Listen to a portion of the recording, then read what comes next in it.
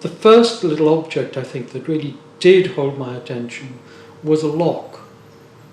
It was a very decorative affair, and I only really saw it on Christmas time. And I remember as a very small child handling it and wondering at it. This was a little brass object of like a kind of a lion, and the loop in the lock, it went through the head of the creature and became a tongue. Anyway, it had a special key that you could undo, and there you have this extraordinary lock. So that was my first kind of object, if you like, that I kind of appreciated. I was born and brought up in Wales, in rural Wales. It was a coal mining district. Most people were kind of makers, craftspeople, if you like. They would never ever have thought of themselves as such. But when I think about my home and when I was a child, and the way my mother worked and made things, rugs for example, there was no way they could afford to go out and buy a carpet. And so they would make rugs, all of it very well made, as I remember. And there was nothing unusual in all of that. When I first started at the Crafts Council, it wasn't called the Crafts Council, it was called the Crafts Advisory Committee. And my job was to curate the shows. And it couldn't have been a better time, really.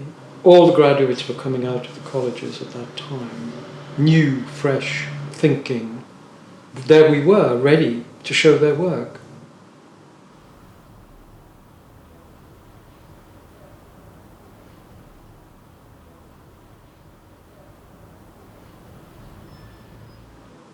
I like to show work with plenty of space and just one or two pieces, given room to breathe, and so you really can focus on work.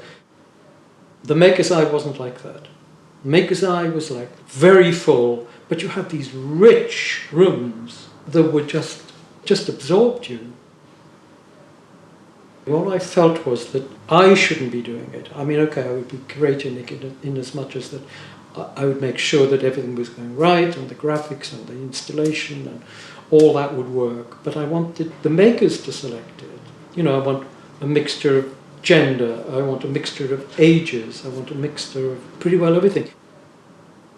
I wanted the selectors to select not just work that they know really well, their own subject. I wanted the selectors to look outside of that, to think of other crafts, and that could also tip into the fine arts, it could tip into engineering, it could tip into science. So you'd have a very diverse show, but coming together by the characters that selected it, and there was something like 13 or 14 selectors, if you like.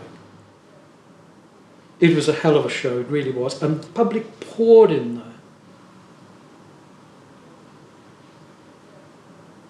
When I look at new work, the first thing I look at is the idea. What is being said here?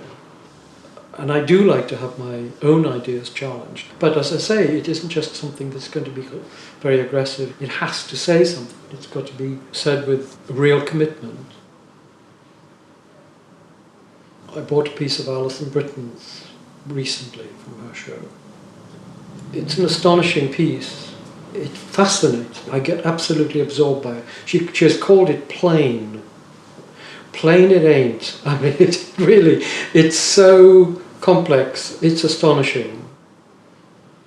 As I say, I look at it long and hard and then turn it a little bit and it changes. And there is something direct to my gut that comes right at me when I see it immediately. And then, given more time, I see other things.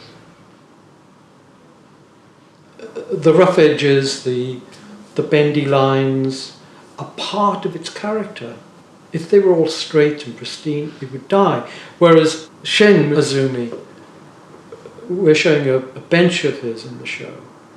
Absolutely superb, immaculate, minimalist piece with the most wonderful, simple curves.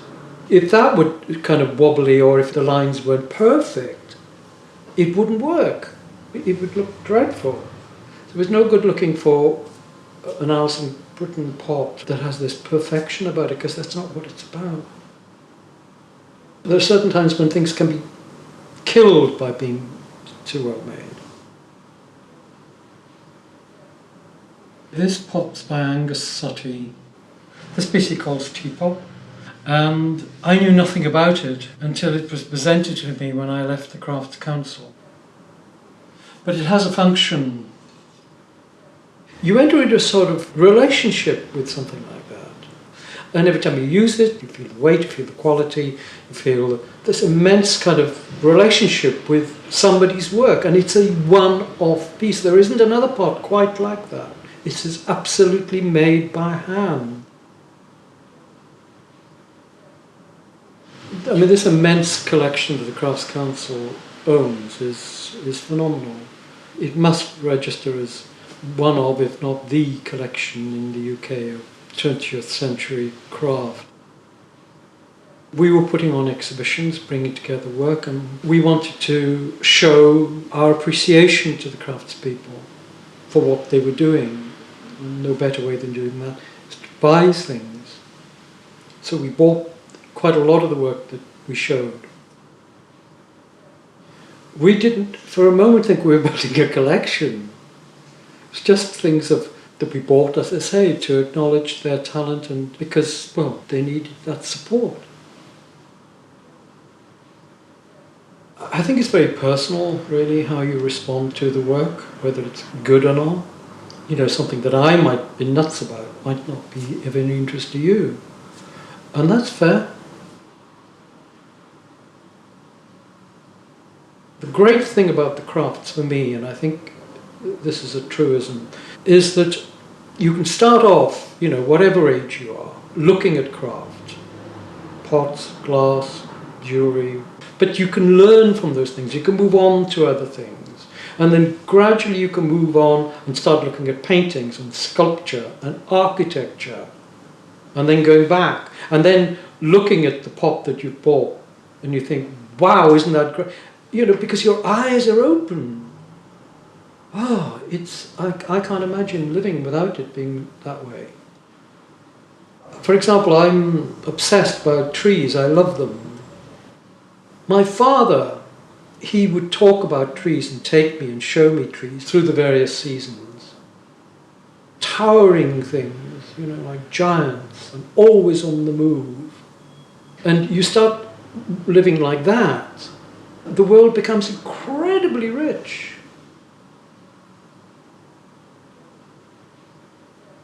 I was having dinner with a friend some years ago, and at the end of the meal we had coffee. Inside my cup was a surrealist Max Ernst. So I said to the waiter, I'd like to buy this cup and saucer. And so he gave it to me, of course. And if Max Ernst were alive, he would weep because it's his.